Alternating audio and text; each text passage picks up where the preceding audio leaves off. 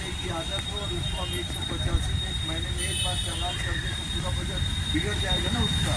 नहीं बिगड़ेगा, 10,000 रुपये देगा तो बिगड़ जाएगा। और कई मजदूर वर्ग के लोग फंसते हैं, फिर उनका सारा दिन के तारे उनको नजर आ जाते काम।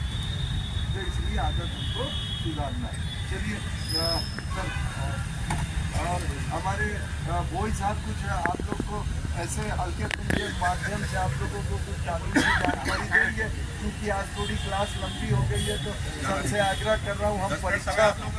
सुनिए बोई साहब, थोड़ी क्लास लंबी हो गई तो सर से आग्रह कर रहे हैं आज परीक्षा नहीं देंगे, नियम की जानकारी देंगे।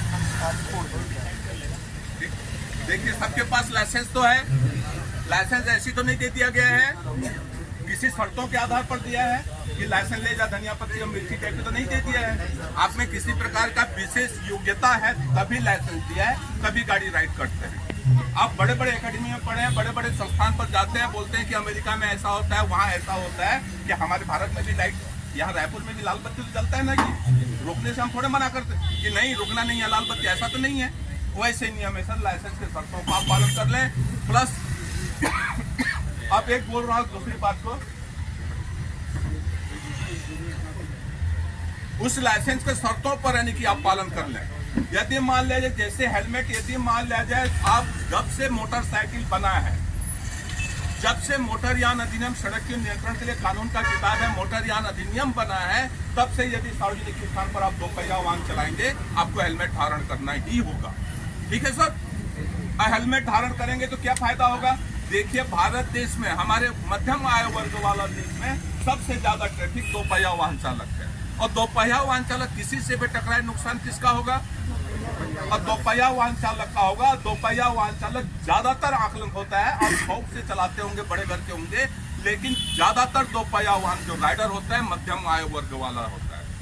और सड़क पर मारे जाने वाला व्यक्ति दोपहिया वाहन ज्यादातर देखेंगे उस परिवार का कमाने वाला व्यक्ति या जवान व्यक्ति होता है।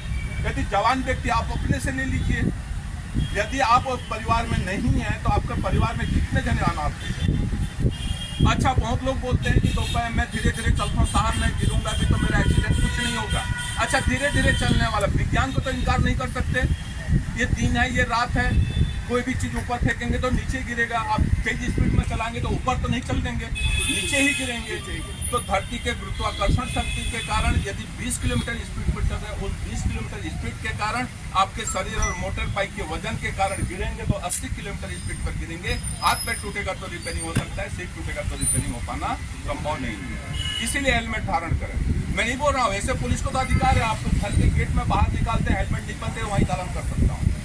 लेकिन देखते हैं विडंबना क्या है। यदि आप अपने परिवार को सुरक्षित रखना चाहते हैं, स्वस्थ रखना चाहते हैं, हंसते खेलते देखना चाहते हैं, तो नियमों को पालन करें।